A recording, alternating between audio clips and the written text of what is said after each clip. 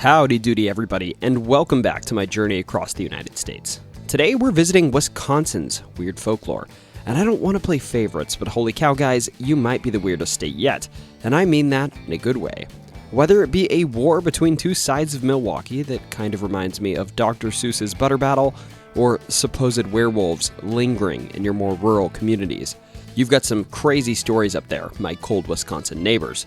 Anyways, before we get started, I just wanted to say thank you for watching and give you a quick reminder that if you want to see this little channel keep growing, all I ask for is a like, a subscription, and a comment, and for y'all to watch until the end. This will never cost you a dime, and it's a quick way to say, hey YouTube, this guy's alright. Anyways, with that in mind, let's get into the video.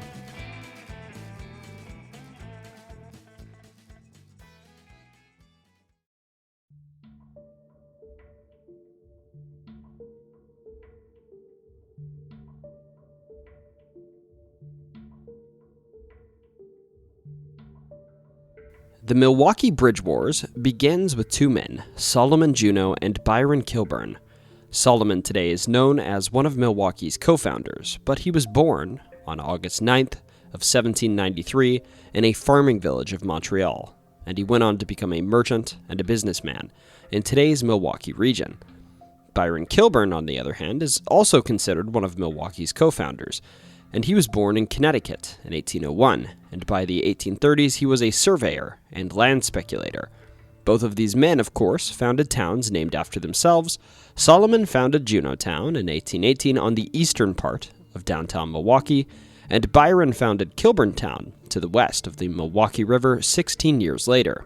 Now these two, despite having been friends earlier in life and creating neighboring communities, were not hunky-dory, rather reminding me of the Butter Wars chronicled by Dr. Seuss.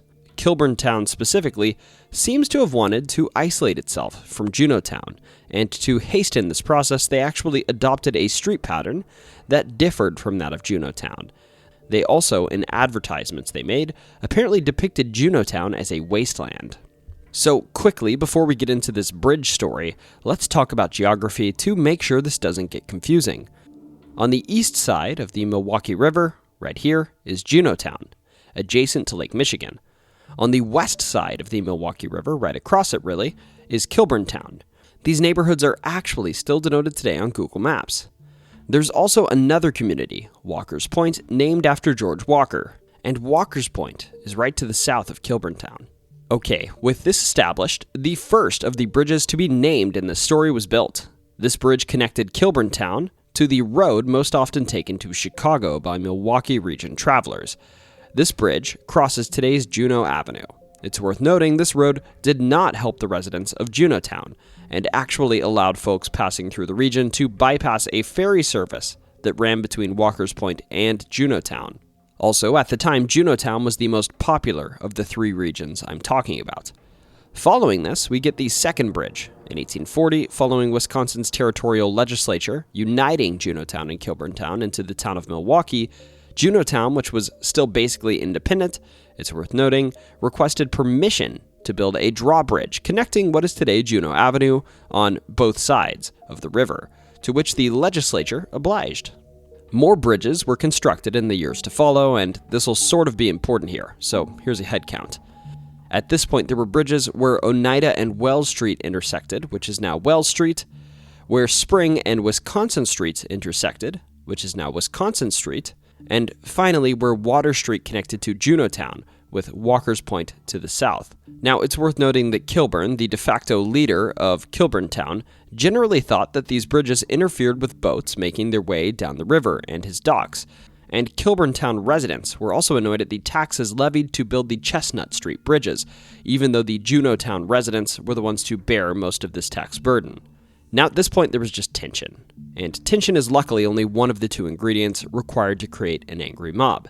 They didn't have motivation yet, but on May 3rd of 1845, that motivation came to them when a schooner ran into the Spring Street Bridge. This bridge is the one that actually provided Kilburntown residents access to the post office and courthouse that were in Juneautown. Alongside this very real event, there was also a rumor though, and this rumor said that because the West Side residents didn't pay as many taxes to maintain the bridge as the East Side residents in Juneautown, Juneautown residents actually paid this schooner's captain to crash into the Spring Street Bridge and destroy it. Now, motivated by this falsehood, many Kilburntown residents met and decided that the Chestnut Street Bridge, which they thought was a hazard to ships visiting the Kilburntown docks, had become a nuisance, and they literally went to that bridge and immediately dismantled the western half of it, causing it to collapse. This created an angry mob of Juneautown residents, Eastsiders, who even went and got a cannon, loading it with clockweights and aiming it at Kilburn's home. They were apparently about to fire on his home, but decided not to destroy his home because they actually heard during this whole ordeal that Kilburn's daughter had died the prior day. Now, in response to this whole mess, the village trustees, which I am led to believe was a group of individuals from both Juneau and Kilburn towns, voted to remove the Oneida Bridge, which is the preferred bridge of the Juneautown residents, and use its pieces to repair the Spring Street Bridge. This, of course, angered the Juneautown residents, and in turn, they went to destroy the Spring Street Bridge, the bridge built by Kilburntown residents to cross the Menominee River. Now, of course, this was all a heck of an episode, and following it, residents of either side of the river were warned not to cross to the opposing side, or they risked being attacked in public.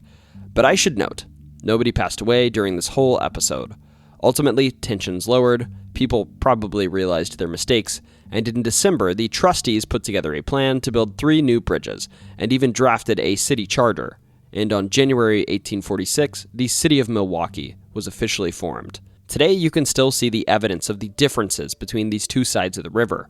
If you look at Milwaukee from above, you'll see the bridges connecting across the Milwaukee River are generally formed at an angle, reflecting the purposeful offset of the streets in olden days that ran between Juneautown and Kilburntown. But luckily, from what I can tell, this struggle between the two has long since been forgotten by the locals. Who knows though? Maybe there's some resident in modern-day East Milwaukee that looks across the river with hatred, picking his moment to take revenge on those darn West Side residents.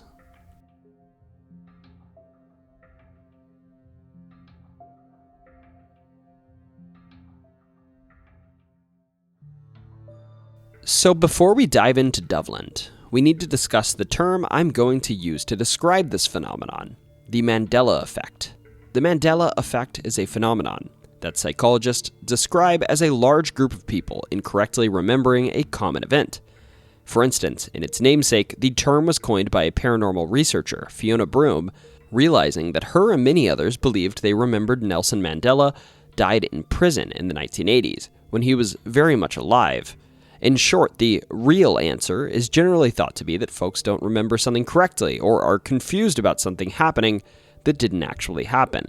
Many, however, believe that the Mandela effect is actually a reflection of what truly happened, and that the truth is being covered up in some sort of political-fueled conspiracy. Others even believe that these events actually happened in another dimension that they were a part of, and that they somehow slipped into a different timeline, where that event did not occur. Now, I'm not going to get into the weeds here, but this is essentially the crux of the Mandela effect argument, and Doveland is a case that perfectly fits into this mold.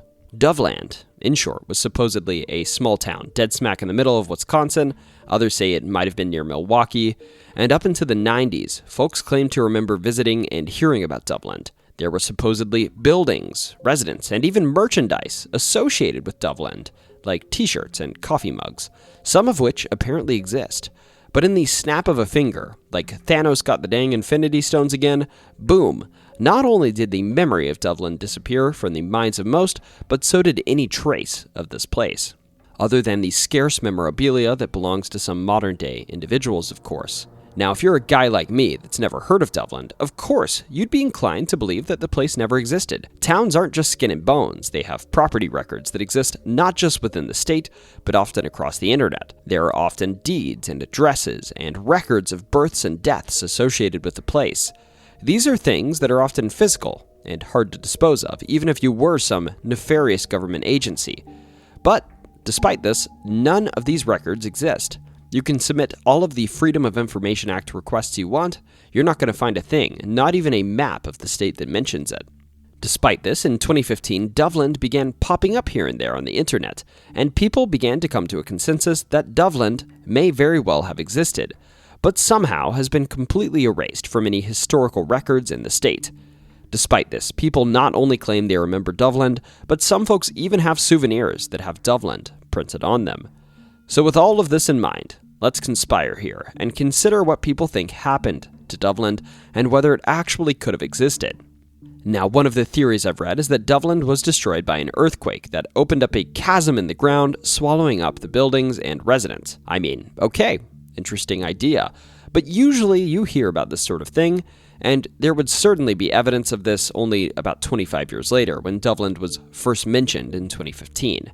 That being said, there also aren't any fault lines in Wisconsin, so no earthquake could have had its epicenter in Wisconsin, meaning the earthquakes that hit the state could never be strong enough to rock the foundation of a town and open up a chasm to hell in the ground. Another theory states that Doveland met a fate that many towns have met across the years, that a dam was built in Wisconsin resulting in a flood that drowned Doveland. I mean, maybe this is plausible. Well over 900 dams were built in Wisconsin. This being said, there are many records that exist of towns being swallowed by dam-related flooding, and these buildings are usually still left behind under the water. I doubt that this sort of event would hide a town as well as you might think. Others think Doveland was destroyed by a military science experiment. I say this in quotes, to which I say, cool, whatever you say. There are many cases of experiments or science-adjacent disasters occurring the world across that leave remnants, such as abandoned buildings. Think Chernobyl. I can't imagine what sort of experiment would dissolve an entire town. Finally, Doveland is speculated that it may have been a military town that dissolved due to operations moving to another base. Now, I think this theory is actually pretty reasonable. It wouldn't be too unusual for a military-affiliated temporary town to acquire a nickname over time and to dissolve after it was no longer needed. This being said, again, this usually leaves buildings behind. There are, of course, plenty of other additional fringe theories. Some posit the city is invisible, for instance, to which I say, yeah, definitely. I also have 1 million subscribers, but YouTube just hides the other 980,000 from you, and I can only see them. Trust me, bro. Others say Doveland's residents just moved away because of economic turmoil, and sure, this is also pretty reasonable, but again, moving away leaves buildings behind. If you can't tell, I don't personally think Doveland ever existed, and even if there were some wild multi-dimensional thing going on, how do we prove that? I'm sorry that you had to transfer to our dimension from your own, but if the only thing missing from this world is Doveland, I'd say that transition went pretty seamlessly. Ultimately, I think Doveland is simply the result of false memories, people seeing the mention of Doveland on social media and elsewhere, with folks enforcing that idea that it existed and they had some history or something, and these readings, over time, become facts in the minds of some people. And all of that merchandise you can find online, it's probably just due to folks hearing about the story and making this merchandise to make a quick buck and fuel the urban legend. Regardless, hey, I'm well known to be wrong. If you think Doveland is real, or if you yourself think you've been there, let me know in the comments. Tell me your story. Otherwise, if you want to listen to a fictional story that's sort of along these lines, check out the Limetown podcast. It's pretty good fun and pretty much just like this.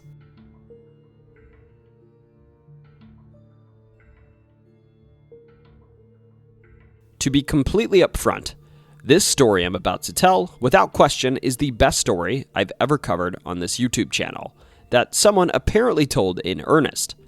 Anyways, it was 11 a.m. on April 18th of 1961. One farmer, Joe Simonton, was in his home in Eagle River, Wisconsin.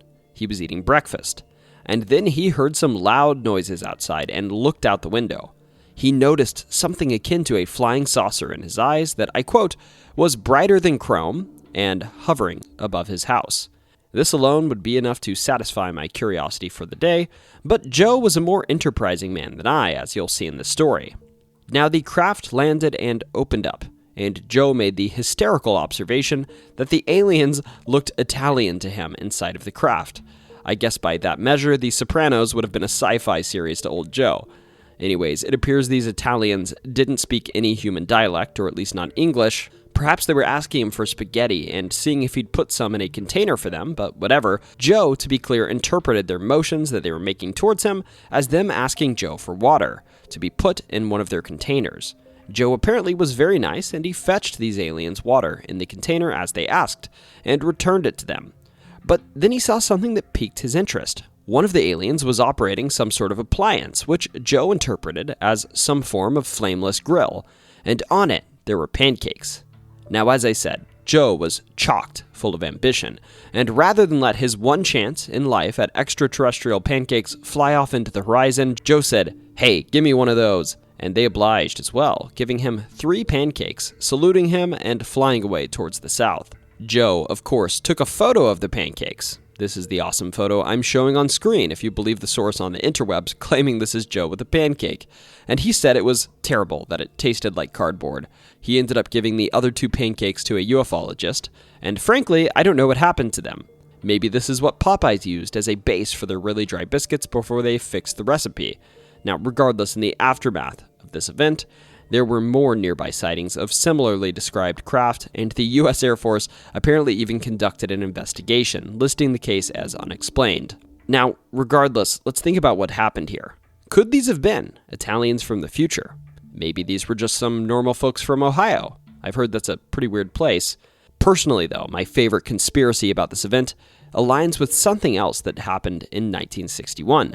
Something that doesn't taste particularly great either, and also involves pancakes. Want to guess?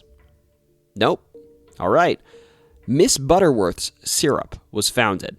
That's right, Miss Butterworth was founded by Italians from the future to make their cardboard pancakes taste a little more tolerable.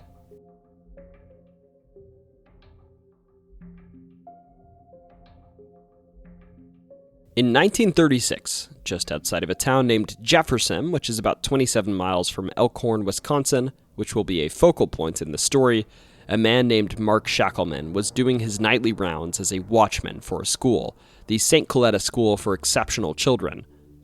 On these rounds, he wasn't armed. He carried only a flashlight and toured the school and the school grounds, making sure that nothing was awry. Now of note is that surrounding these schools there was an orchard, wide open fields, and also preserved Native American burial grounds. The approximately 30-year-old Shackleman, on this evening from my impression, was used to his job being nothing but boring. There would likely never be a burglar during his shift, and maybe at worst he might run into some rowdy teenagers.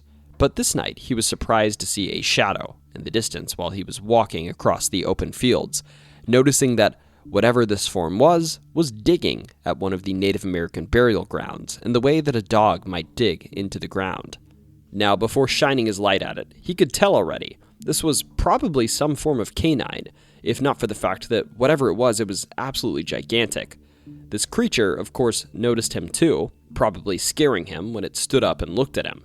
The creature was noted to be about 6 feet tall with a canine face, but a man-like body, and it growled at him. Shackleman, of course, began to retreat, but lucky for him, the creature just ran off into the nearby woods. The next night, Shackleman returned for his shift on guard duty, and again, while walking the fields, he saw the same creature, and apparently readied himself for conflict. Again, too, the creature noticed him quickly, but this time when it growled at him, he thought it may have been making some variety of noise that was somewhat human, with one report I'm reading saying that it made a noise that sounded like it was saying, "Gadara," before walking away. Shackleman this time inspected what the beast had been doing and noticed that there were claw marks made upon the ground, and that whatever this creature was, it smelled of rotten meat and was covered in dark or perhaps black hair. Whatever it was, it's thought that Shackleman on these nights reported the first encounters of what would come to be known as the Beast of Bray Road. Now, most documentaries you'll hear about refer you to the Bray Road encounters of the 1980s directly following this 1936 encounter. But in 1972, it's worth noting, a woman that resided just a couple of miles from St. Coletta, the school at which Shackleman saw the beast, saw some sort of hairy creature multiple times that appeared to her like a large ape. And during her second encounter with the creature, it apparently came up to her home and rattled her screen door, afterwards going and injuring one of her horses, putting a gash of nearly 30 inches into its neck before leaving. Going on from these sightings, though, in 1989, Lori Andreezy was driving home, some sources say with a friend, and was heading down Bray Road early in the morning from her shift as a manager at a local bar and grill. She noticed something large off of the road, apparently eating, or at least grasping some roadkill in her headlights. And she noted whatever this beast was, it had long claws, dark brown or gray fur, and was about the size of a typical adult male, and looked to be around 150 pounds. Whatever this was, it was not scared a single bit by the sight of her car passing, and the creature chased her vehicle for a while before giving up.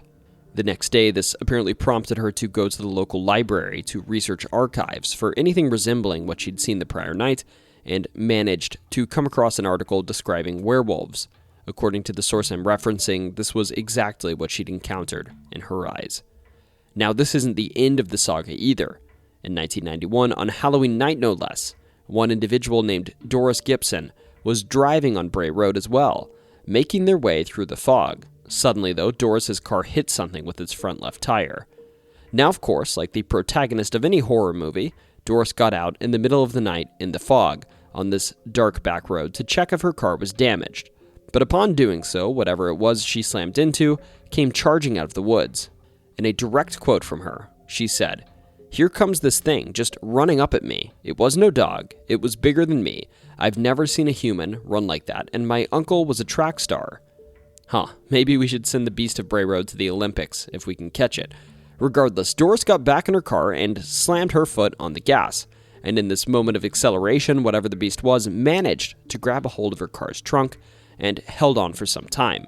That being said, this night was foggy, following rain, so her car's trunk was slippery, and the beast, luckily for her, slipped off.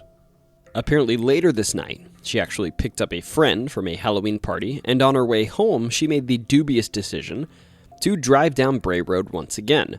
During this drive, her friend apparently pointed out the window and screamed when she saw a similar dogman-like creature beside the road. This time, Doris had the good sense not to slow down and accelerated away down Bray Road. Finally, this evening, when she got home, she inspected her Plymouth Sundance for damage and noticed 3 large claw marks on the back of her vehicle where the creature had apparently been trying to hold on. Now, there are more stories than this in the 90s, and there was even a sighting in 2020, just 8 miles away in Lake Geneva. But I think you get the point. There was a wolf-like creature in the area that was seen across an approximately 40-mile area, ranging from Jefferson to Elkhorn and even a bit further south. As for what it is, folks can't really agree. The most common culprit is that of a werewolf, but others think it's pretty close to the description of the Bluff Monster or Eddie, 2 Bigfoot sort of creatures that are also prolific in Wisconsin. Even still, some claim this is a Wendigo. Regardless, it's not like we have any proof on the matter. All we know is that something strange has been prowling near Bray Road in Elkhorn, and if you're driving that way at night, you might want to take heed before you stop your car. One more note though. Before we move on, I did a little research and looked high and low for what this phrase, Gadara, could have meant in any language. Again, this is the phrase that the night watchman heard the creature utter during the second ever encounter with the beast in 1936. And what I found was honestly pretty disturbing to me. I'm not easily scared, but there's a mention of a very similar word in the Bible, of all places. This word references a site in ancient Judea where Jesus apparently exorcised a demon from a man that was coming from the tombs of the city. Perhaps, if this is in some way connected, there's a reason that this creature was first sighted near Native American burial mounds, after all.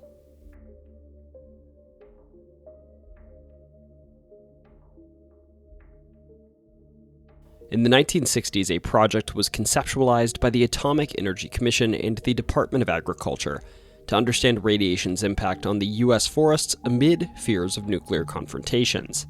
Apparently, some representatives from these organizations paid a visit to the Northern Institute of Forest Genetics in Rhinelander, Wisconsin, and they made some strange requests that led to a 1,440-acre site being leased that was entirely enclosed by an 8-foot fence wrapped in fabric and topped with barbed wire, with a single access point half a mile away from the central experiment that was used to get to the incredibly dangerous epicenter of the project. What they were doing in this forest was kind of wild. A site in this forest was chosen where 3 different types of forest converged, and data was taken regarding the radiation levels on site prior to the experiment beginning. Also, deer in the site were either relocated or hunted, and following these preparations in August of 1971, a gamma radiation sample from Puerto Rico was re-encapsulated with 10,000 curies of cesium-137, and it was taken to this forest in that September. Following this, a platform was built to house the cesium sample and raised 6 feet in the air. You can probably guess what this contraption was for. It was to irradiate the forest surrounding it and test this radiation's impact on the forest. To do this, there were numerous fail-safes and tons of electrical equipment involved, but ultimately irradiation began on May 3rd of 1972, and gamma radiation was emitted at lethal levels for 20 hours every day, with the non-irradiating 4 hours being used to take samples and such. They would encapsulate the cesium during this time to block off all detectable radiation.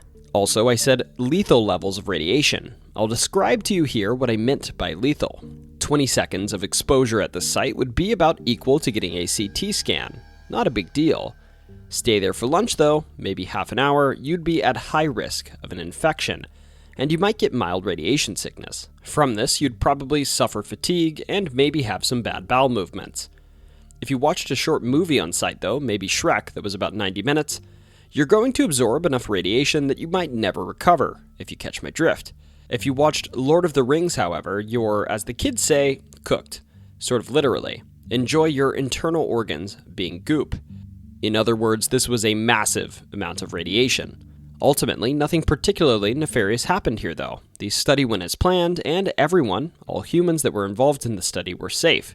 The plants, animals, and fungi around the site were studied, and the study was discontinued in October of 1972 after funding cuts, despite hoping to run it for another 20 years. Funny enough, the zone where radiation essentially killed all plants and animal life was relatively small, only directly adjacent to the cesium, with pretty much all effects being done away with about 165 feet away from the cesium. As a result of this study, they found that some tree types were less resilient than others, and weeds were apparently especially good at resisting radiation. They also found that simply assessing forest canopy damage was a reliable way to measure radiation exposure, aka your eye is great at measuring whether an area has been bombarded by gamma rays, funny enough. Ultimately, today, despite this history of smashing the place with radiation, the site is shut down with no lingering cesium, and the site is pretty much a normal forest. I even think the radiation-bombarded bits have healed up, so to speak. From what I can tell, you can just visit this site and everything now. There's nothing really nefarious about it anymore.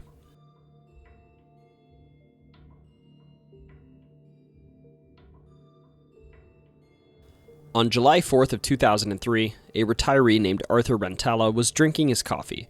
It was first thing in the morning, and I imagine he was sitting down in his workshop, and by his account, he was simply watching a storm roll across the county he lived in, Dodge County. This storm, as most do, brought dark clouds over the wheat fields adjacent to his home, and his home rested at the top of a hill that gave him a decent vantage point to view the farms surrounding him. In front of Arthur, the dark clouds turned to wind, then rain, and suddenly this morning at nearly 8 a.m., these strong winds began to rip bark from a tree on his property. These were not normal winds. It also wasn't just the tree he observed. Across the street, his neighbor's tree was also getting ripped around, and then his gaze landed on the wheat fields across the street, which before his eyes had become flattened into strange circular formations. By Arthur's account, it looked like a black hole, and then the one on the right, and then the one in the middle, all in a matter of 10 to 12 seconds. In this quote, he's describing essentially that the crop circles just formed rapidly before his eyes. Now, don't get me wrong. I'm a skeptic among skeptics. I believe that people are good, but I also know it's human nature to tell tall tales. That being said, I don't doubt Arthur's credibility here. See, Arthur was the one to notice these crop circles at first, and he was also the one to point them out to his family. But after this, Arthur didn't share the tale outside of his family. If you believe the story, it was actually his son who went around town telling everyone what happened to his dad. Now, before we go on, I should note that never in my life as a scientist and researcher did I picture myself reading a report from the Independent Crop Circle Researchers Organization. But here I am, so no going back now. Crazy enough, some individuals actually heard about this whole episode and made their way out there to investigate the area on July 23rd to 24th of that year. Frankly, what they found, if true, was incredibly suspicious. To start, the account lines up in the sense that Arthur certainly would have been able to see the crop circles form from his workshop window. We know this because these individuals that went to investigate took photos from this window, from which you can clearly see the crop circles. Next, while you might think, this wheat must have simply blown over, there's reason to believe this isn't the case. See, the wheat was actually not just blown over, it was found to have fallen over due to blown node collars or expulsion cavities. In short, the wheat joints were flash heated by enough energy that the liquid inside of the wheat turned into steam, and they blew up, I quote, like popcorn, and fell to their sides because of that. Here's a photo of the wheat with this blown node collar feature. This source notes that most crop circles, or most hoax crop circles, do not contain blown node collars, and as far as the investigators are aware, there is no known way to replicate this effect over large scales with technology. To state this simply, nothing landed on these crops and flattened them. Nothing chopped the wheat down. The wheat was heated to an extreme degree and broken from the inside out, falling over on its own. I normally don't take this sort of thing very seriously, but holy crap, this is kind of an impressive story. Other interesting points this study found was that the soil in the crop circle was far more magnetic than the soil outside of the circle. This isn't just BS significance either. They actually used the Fisher exact probability test and found the soils to differ significantly with a p-value of 0.0147, aka that's actually significant from a scientific point of view. There were also GPS anomalies on site, and photos were taken of military helicopters and Air Force representatives literally watching the team doing this investigation. The team was even later approached by one of these supposed Air Force representatives that blatantly lied to the team about his prior whereabouts. In short, this whole episode seems incredibly enticing. I wonder, was this evidence of aliens perhaps sending us a message in the wheat fields of Wisconsin? Maybe. But there is evidence pointing towards the contrary. A Reddit post from 13 years ago where a man on Reddit claimed that he and a group of friends actually made these crop circles with some wooden boards attached to some rope that he supplied in photographs on his Reddit AMA. I should note, these photographs and the account that some dude on Reddit made these crop circles is hardly convincing to me. So weirdly, here I almost lean towards the crop circle website dudes being more credible in this instance than the guy on Reddit. Heck, I could go on Reddit right now and claim I did it with a doctored photo and probably convince half of the general public, but I digress. Regardless, I'd love to hear what you think. Do you think the Mayfield crop circles were the real deal? Let me know in the comments.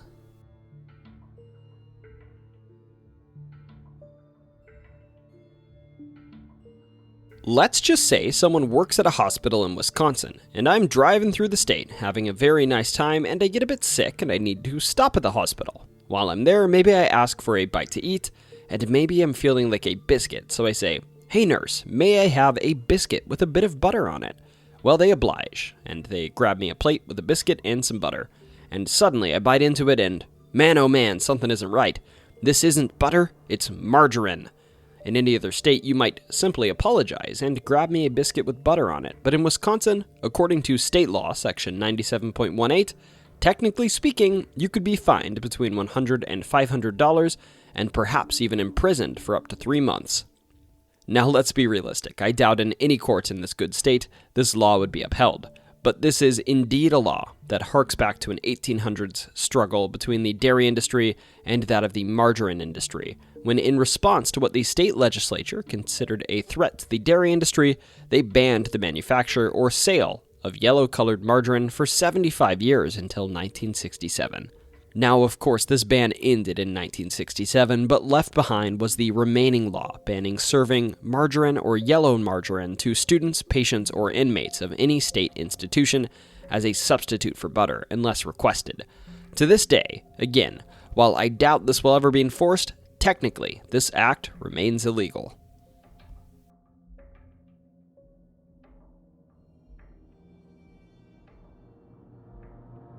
Sputnik 4 was the first test flight of the Soviet Vostok program, a Soviet human spaceflight program that hoped to launch astronauts, or cosmonauts as they put it, into Earth's orbit and safely bring them back to Earth. This satellite launched on May 15th of 1960 at a hefty 10,000 pounds, which is over 50 times heavier than the original Sputnik. Aboard Sputnik 4, there was a range of instruments used to record scientific data: a mannequin, a television, and an apparatus to radio telemetry and a voice recording back to the ground. This flight, after 4 days, had shed all the light it could on the operation of the ship's life support system and the stress of spaceflight, and thus it fired the retro rockets aboard, separated the descent module, And, well, it took a while, but on September 5th of 1962, the descent module eventually re-entered the atmosphere. And you might be thinking, what does this have to do with Wisconsin? Well, it landed there. That's right. While most of this shebang burnt up in the atmosphere, a 20-pound piece of the descent module landed right in the middle of the street, outside of the Rar West Art Museum. From what I've read, when this metal landed, it was glowing hot, essentially a blob of hot metal, and it was discovered by 2 city police officers buried inches deep inside of the pavement. They actually, for some reason, thought it was a bit of cardboard, that is, until about an hour later when they realized it was incredibly hot. They actually then thought it was just slag from a foundry and kicked it to the curb, and it took a few hours after this, but apparently they finally realized, wait, Sputnik just re-entered the atmosphere, and then they shipped it to the Smithsonian that had NASA make replicas of it, and then they shipped it back to Russia. Eventually, both of these replicas, made by NASA, were given to Manitowoc, and on November 15th of 1963, the International Association of Machinists embedded a brass ring on 8th Street to commemorate where Sputnik landed in the middle of the street, right here in Manitowoc. Funny enough, nowadays, in addition to paintings from prominent artists, this replica of a chunk of spaceflight history is also housed, and you can view these discs of carbon steel that are about 6 inches across inside of a plexiglass container on a pedestal in the museum.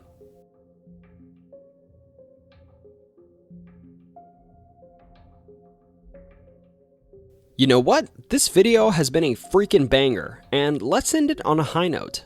D and friggin' D, the game that your mom probably thought made you start using swear words and skipping church, actually, strangely, has its origin in Wisconsin, and Lake Geneva to be precise. Here, a solid 50 miles from Milwaukee, you can stumble upon the story of a man named Gary Gygax. I don't know if I'm pronouncing his last name right, so I'm sorry if I am. I'm just going to call him Gary from now on.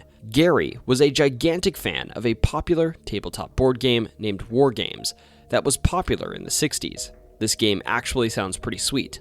War Games simulated real battles from wars throughout history. Gary, of course, was a War Games aficionado, and he'd stay up late at night and spend his whole weekends developing these games that he'd play with his friends. After all this plotting, I suppose, Gary one day said, "Hey, I think I can make a game that's better than this." To start, Gary apparently thought that the 6-sided die used in war games were inadequate for his purposes, so he purchased a 20-sided die out of a school supply catalog. And after this, he went to work developing a game that would debut at an event called Gen Con in 1968. Now, Gen Con at first was a tiny event. 20 people showed up, and it was held at the Horticultural Hall in Lake Geneva. For this event, Gary charged only $1, and it was held for 2 subsequent years, during which Gary met Dave Arneson, who would go on to be one of the co-founders of Dungeons & Dragons. By 1971, this game was still very much alive, and by this point, it had a name. It was called Chainmail. Now, Chainmail differed from War Games because it not only used a 20-sided die, but it also included magic and a hefty 16-page rulebook. After a few years, Gary and the other co-founder iterated on this game, and eventually they decided to make a variant of it, founding a company named Tactical Studies Rules, or TRS, and printing 1,000 copies of a brand new game, Dungeons & Dragons, rules for fantastic medieval wargame campaigns playable with paper and pencil and miniature figures. Yes, it was a bit of a mouthful. This company was run out of Gary's basement in Lake Geneva, where he used word of mouth to sell this game to over 1,000 people in the first year. Now, sadly, as the game kept growing, Gary disagreed with how it was changing, and left behind the game and his shares of the company in 1985, passing away in Lake Geneva in 2008. This being said, while Gary is gone, he is certainly not forgotten. Gary is clearly remembered as the founder of Dungeons & Dragons and is celebrated annually through an event in Lake Geneva called GaryCon, celebrating a life well played, where annually over 3,000 people meet to commemorate Gary's contribution to the gaming community and play games together every March.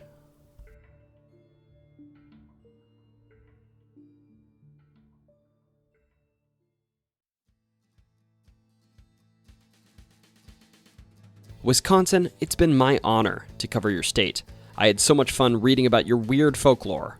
So, some quick updates. Check out T-Spot if you want to watch old live streams or occasionally see some different content now and again.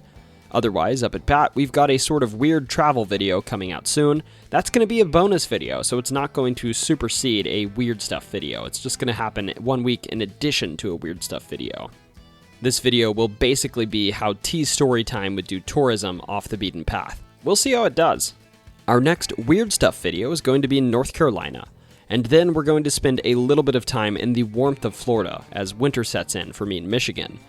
Now, anyways, with all of this in mind, whether you just saw a wolf-like man in the woods utter some strange biblical phrases to you, or if you just got put in handcuffs for serving margarine, don't you ever forget, it's always story time.